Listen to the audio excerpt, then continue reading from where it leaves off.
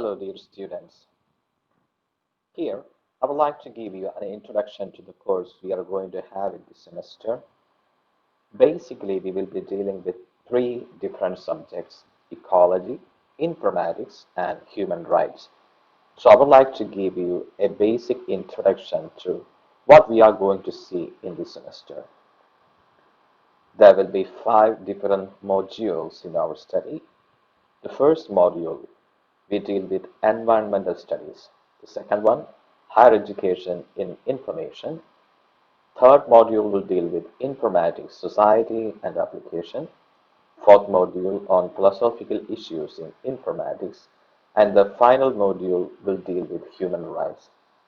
I think I will take entirely the module 1 and 5 by myself, and I will divide you into groups to take classes on second, third, and fourth modules, which basically is informatics. As students of computer science, it is easy for you to deal with such things. Now, let me give you an overture or a basic introduction to what these five modules mean to us. The first one is environmental studies. You know what is meant by environment. It is the condition or surroundings in which all the living beings, such as humans, animals, plants, microbes, everything, will live, exist, and coexist. That is what is meant by environment. There are physical, biological, and cultural elements. Types of environments basically means it could be biotic or abiotic. Abiotic means those non-living components such as climate, temperature, soil, humidity, light, all these things come under abiotic things. Biotic means we have the food chain like producers, consumers, decomposers. So producers are basically the green plants, consumers are animals, including us, and decomposers means fungus, bacteria, who decompose waste and everything into something beneficial. So we will deal with what is environment, what are environmental studies, then the multidisciplinary nature of this, and various components like atmosphere, hydrosphere, lithosphere, biosphere. It can be segregated into or into troposphere, stratosphere, mesosphere, thermosphere. There are various classifications. Along with that, we will deal with ecosystem too. One of the features of environment studies is that it is a multidisciplinary study. It cannot stand on its own. Basically, it is connected to biology, geology, politics, then policies made by the government, law, religion, engineering, chemistry, economics, and it is dealing with all other sciences. So we see it as a complex actuality comprising various different studies. Secondly, we will deal with natural resources. It is the goods and services provided freely by the nature for all living things and without which we cannot live. There are basically renewable and non-renewable resources. You know what will happen if something cannot be renewed. We will feel the scarcity if you use it up all at a time. Once a non-renewable resource is consumed, it is gone forever. So how can we make it a sustainable natural resource policy? That is one of our concerns. And moving to the third system, we have the ecosystem. There are functional aspects like energy cycle, food chain, diversity of interlinkage between organisms, nutrient cycles, etc. We have already spoken about the concept of producers, consumers, and decomposers. Maybe when you were at school in 6th or 7th standard, you have seen the picture of sun shining above the sky, and the green plants, they receive this energy from the sun through the process of photosynthesis, which we call in Malayalam as Pragasha Samslesanam. Through that act, they convert the energy into their own energy. And animals feeding on the grass, they get energy. And there are other animals who eat the animals that eat the grass and imbibe that energy to themselves. And when all these die, the decomposers come like fungus or bacteria or even termites. They take and consume it and live their own life. So that is a producer-consumer chain. So there is an energy flow, the carbon cycle, the oxygen cycle, the nitrogen cycle, all these things will come under here. When we deal with ecosystem, we have both terrestrial and aquatic ecosystem. Terrestrial implies we have forest, grassland, semi-arid area, desert, mountains, islands. Aquatic ecosystems like ponds, lake, wetland, river, delta, marine, all these things we will come upon.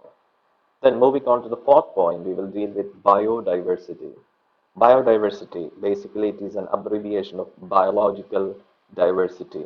So we have a variety of life in our planet, the total number of species on this land, on this earth.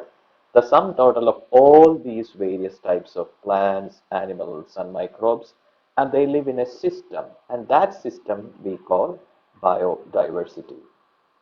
We have species diversity and other varieties like genetic diversity, and we will deal with it in a detailed manner throughout our class. Then there are threats to biodiversity. Most of the threats are in the form of habitat loss or poaching of wildlife, man versus wildlife. There is always a conflict. In these days, one of the popular news in our newspaper is about an elephant, a pregnant elephant that was killed by the wildlife hunters. They put some kind of gunpowder in coconut and it exploded while it was chewing it in its mouth. And this pregnant elephant, after almost 2 weeks, it was burned inside fully. It couldn't eat anything and it died after 2 weeks. And these days, this is a hot issue and we should take it in that concern.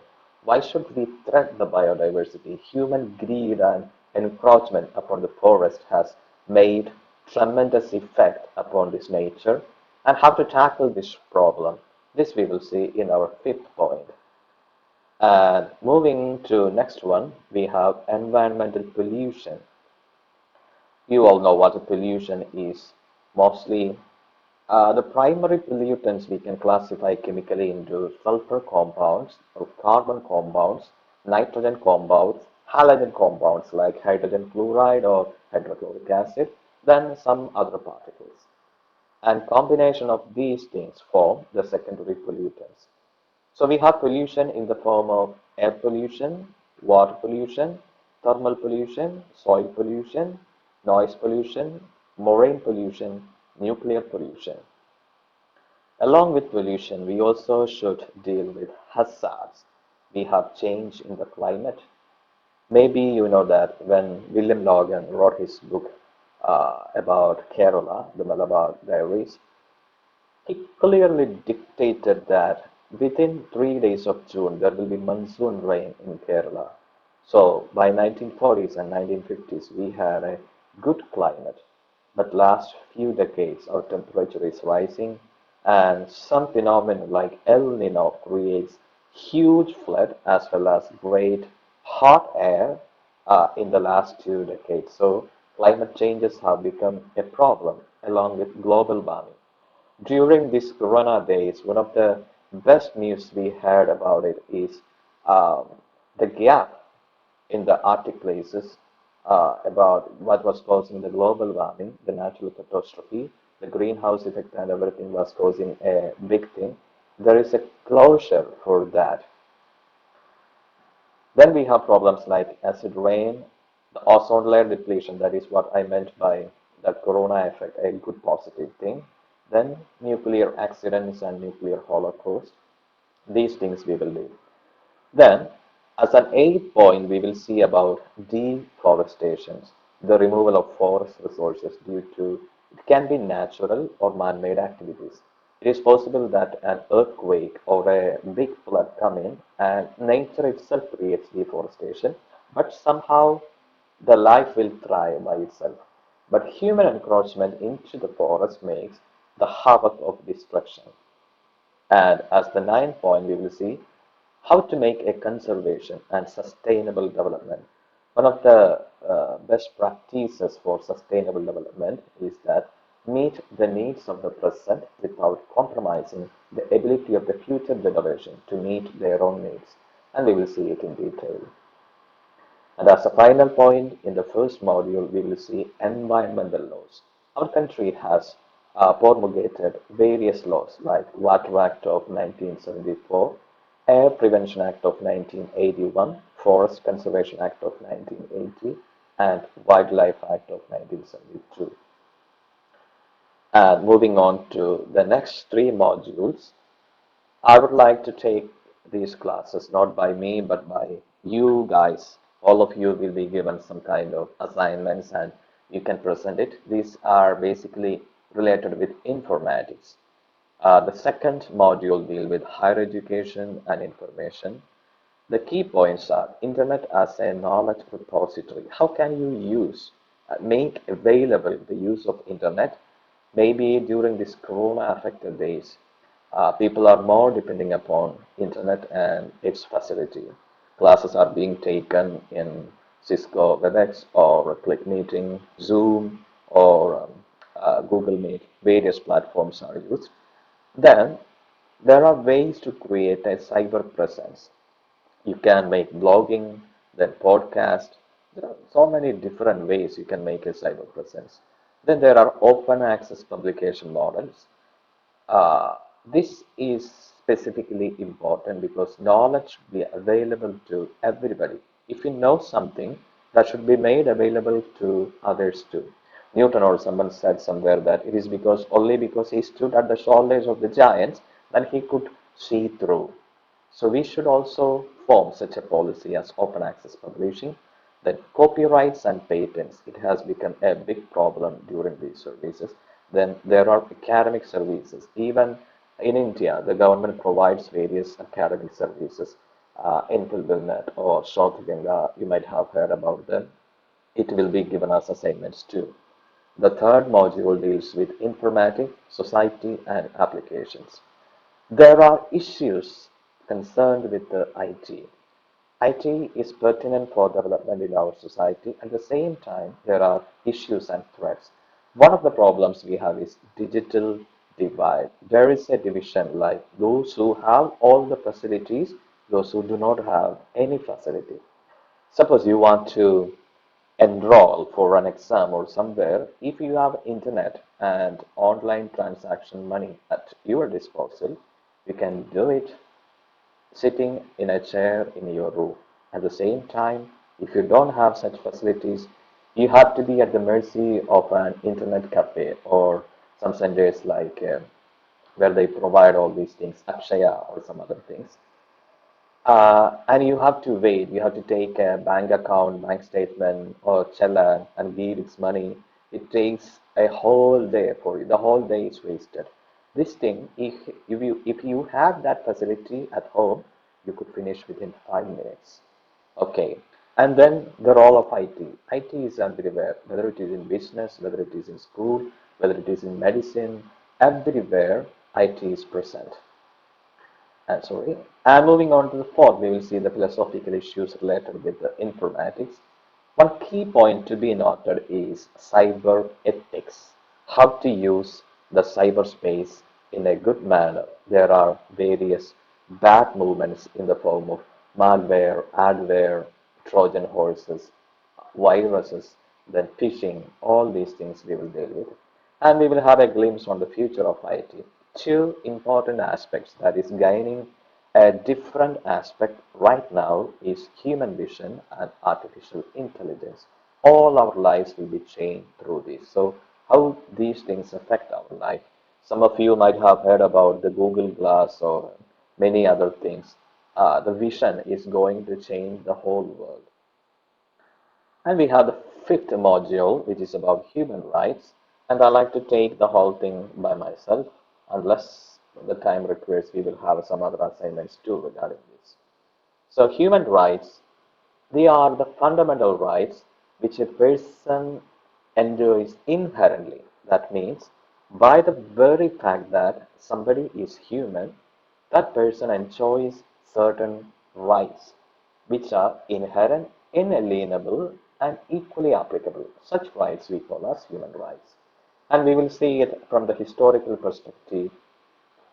Historical means even before the time of city states, how kings gave rights to people, then Greek and others had their own type of freedom through the Middle Ages, then how the individual nations were formed, and finally to WHO, its UN chart and everything, and how Indian Constitution adapt all these things we will be seeing in the historical development. There are various approaches to see human rights. We will see them individually one by one. Some of the approaches I would like to make you clear. It can be interpreted from a feminist perspective or from Marxist perspective or a third world perspective on human rights. Okay, some are universalistic approach like the Magna Carta of 1215, American Declaration of Independence in 1776, the French Declaration, the Bolshevik Revolution, then the UN's Universal Declaration of Human Rights in 1940. These are the universal approach. Then there are personalistic view, which I mentioned as feministic, Marxist, or third world perspective. We will deal with in detail, along with some relativistic model like internationalistic model, cosmopolitan model, static model. All these things we will see in detail towards the end of this course. Then we have the classification. The human rights can be classified into first generation, second generation, and third generation. So in the first generation, we have it as the International Covenant on Civil and Political Rights, which are called as Blue Rights. Coming to the second generation, we have the International Covenant on Economics, Social and Cultural Rights. And coming to third generation, we have about collective rights, the right to self-determination, development, and right to peace. Then we have WHO, the Universal Declaration of Human Rights as the basic thing, UDHR. This is one of the common themes in all of examinations and you should know it thoroughly. Then human rights and Indian Constitution. Maybe you might have just imagined that this UDHR was formed by 1948. Most of the countries which were under imperial power got independence after Second World War, and all the countries formed their constitution by 1950s and 60s. While including the Indian Constitution, while drafting the Indian Constitution, UDHR has a tremendous influence on our Constitution, and we will see how it affected and helped us to draft it. A few problems that we deal with as a challenge to human rights, a special case is women and children. We all know that men and women are equal, but even if there are situations that even if you do a job, the women doesn't get the same salary as men get. Maybe as girls, you may feel that you are good in your studies, you have more caliber. At the same time, after an interview, a boy who is not as smart as you, who doesn't get a good score like you, gets the job and you are rejected. So there are situations. We think about the rights of women and children also are special cases as there are many trafficking and many things done towards children these days. So we will deal with women and children as a separate note in our class. And we will see that along with the fundamental rights of human being. Uh, all the contributions or Constitution of India, how it provides special status to women. There are problems related with feticide, advertisement, the problem of rape, prostitution, marriage, dowry, coercion. All these things comes as a problem, a threat to women. As far as children are concerned, every human being below the age of 18 is a child, and the basic rights are inalienable, inseparable from them. Children are the most vulnerable section of our society, and they are exploited in various ways. So, how to deal with this is a big problem. Indian position is very straightforward. Then we have a special case about minority and Dalits. The term Dalit means oppressed, broken, or crushed to the extent of losing their originals. Maybe the term Harijin, untouchable, all these things should come into your mind, and they have a problem. They are not, even now, especially in North India, there are people who doesn't consider Dalits or minority as the rightful people, and there are exploitation happening to them. Even if they work hard, they are not given wages, and the women of Dalit are, because they are women, they are discriminated, abused of their sex or religious, social, cultural structure, and this is a problem at present even in India. So we have minorities and Dalits. Then another aspect of challenge or social justice problem we have with this HIV or AIDS affected people. This is one of the biggest challenges, and people feel a kind of apartheid socio-economic condition we still have in our country, coupled with the traditional outlook and the myths associated with the things. It has made it more vulnerable, like a disease. Acquired immune deficiency syndrome, that is AIDS. It is a combination of symptoms which result from a breakdown of our immune system. There are international laws. Even the AIDS people are human beings. They should be given a basic right. Suppose you are a doctor and a patient comes and tells you that you have AIDS, then the doctor should give him a proper treatment. If you hear that your neighbor or someone has an AIDS, what will be your feeling? We want to run from that place, feeling that, oh, he will give or she will give that AIDS to everybody. But they are also human beings. They acquired it somehow. Not all AIDS affected people are wrong people. They got it somehow, maybe through their spouse or friends or accidentally. And we don't know, and they should be given proper treatment, proper status, everything. They have the right to treatment, confidentiality, right to employment, everything, which all come under human rights. And that is our final topic in our human rights. With that, we will be completing the whole course. So, we will see everything in detail in our class. Thank you for listening to me.